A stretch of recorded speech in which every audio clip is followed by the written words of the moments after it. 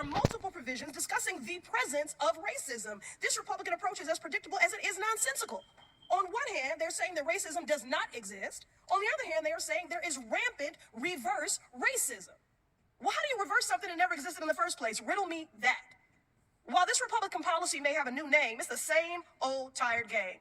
Look, y'all are entitled to your opinions, but not a denial of the facts. Do you all know your history?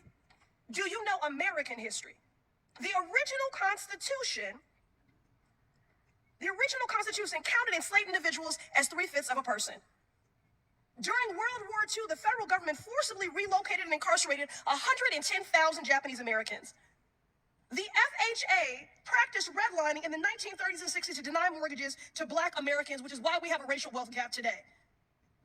I could go on. The GI Bill, which is supposed to be race neutral, denied access to Black Americans, denying them equal access to education and housing benefits, which is why we do not have generational wealth.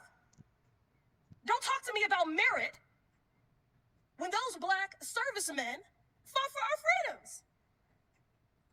And I'd also just like to take a personal note of privilege to say, please keep Dr. Martin Luther King Jr.'s name out of your mouths. Your perversion of his words and his mission when his children have asked you to stop invoking his name and perverting his work when he was a proud and unapologetic Black man fighting for equality for Black Americans and all marginalized of the facts. But I'm not surprised that you would deny American history. What I am, though, is committed.